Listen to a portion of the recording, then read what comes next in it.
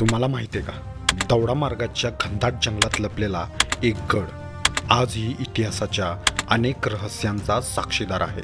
आणि या ठिकाणी मेघडंबरीमध्ये सिंहासनारूढ छत्रपती शिवरायांची भव्य मूर्ती पाहायला मिळते. कुठे आहे गड? मग ही रील सेव्ह करून ठेवा. हनुमंतगड. सावंतवाडीच्या फोड सावंतांनी करवीर आणि पोर्तुगीजापासून आपल्या संस्थानाचे रक्षण करण्यासाठी हा गड उभारला असावा. सावंतवाडीपासून सुमारे 30 किलोमीटर अंतरावर आणि वेंगुर्ल्यापासून 50 किलोमीटर अंतरावर हा गड वसलेला आहे. पूर्वी दौडा मार्गाच्या घनदाट जंगलामुळे दुर्गम मानला जायचा, पण आता फुकेरी गावापासून रस्ता झाल्यामुळे अर्ध्या तासात गाडी मार्गाने आपण गडमाथा गाठता येतोय. या गडावर गोमुख रचनेचे पूर्वाभिमुख प्रवेशद्वार बघायला मिळते.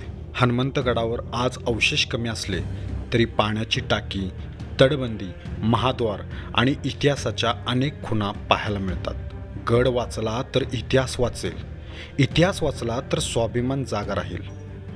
विशेष कौतुक म्हणजे काही गडप्रेमी आणि गड संवर्धन संस्था इथे सातत्याने काम करत आहेत.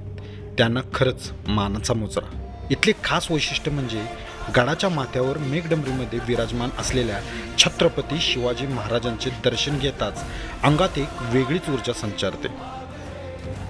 वेळेअभावी आणि वाढलेल्या गवतामुळे आम्हाला संपूर्ण गडफेरी करता आली नाही, पण खरं पाहता घनदाट जंगलात लपलेला हा हनुमंतगड अजूनही अनेक रहस्य आपल्या कुशीत घेऊन जपत आहे.